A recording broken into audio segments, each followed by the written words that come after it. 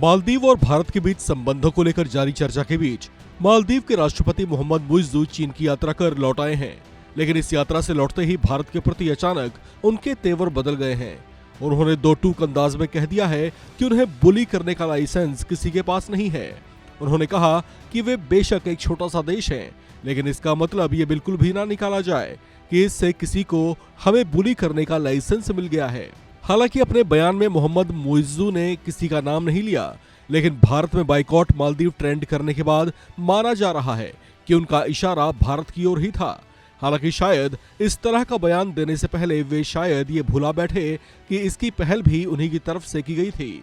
जब मालदीव में चुनाव के वक्त उनकी पार्टी के नेता और समर्थक मालदीव की सड़कों पर इंडिया आउट के बड़े बड़े बैनर लिए चला करते थे, और मुइज्जू ये कैसे भूल सकते हैं कि मालदीव में एंटी इंडिया कैंपेन चलाने वाले भी वे खुद ही थे। शायद अपनी इन हरकतों को मुइज्जू बुली की श्रेणी में नहीं रखते।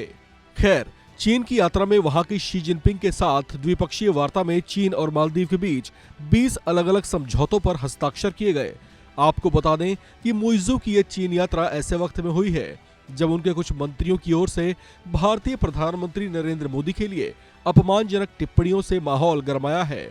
और साथ ही ये यात्रा उस बीच हुई है जब मालदीव के यूरोपीय यूनियन इलेक्शन ऑब्जर्वेशन मिशन की रिपोर्ट जारी हुई है।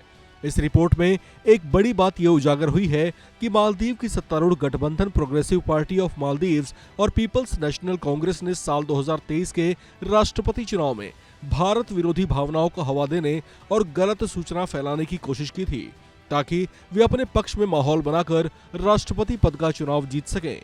European union election observation mission की रिपोर्ट में कहा गया है कि मालदीव के पीपीएम और पीएनसी गठबंधन की ओर से चलाया गया अभियान मालदीव पर भारत के प्रभाव की आशंकाओं पर आधारित था।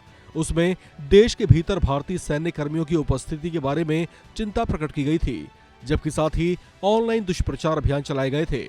मालदीव का सत्तारूढ़ गठबंधन चीन परस्त माना जाता है और चीन की ओर वो ज्यादा झुकाव रखते हैं, जबकि वहां का विपक्षी दल मालदीवियन डेमोक्रेटिक पार्टी चीन से उनकी मित्रता को संदेह की नजरों से देखते हैं।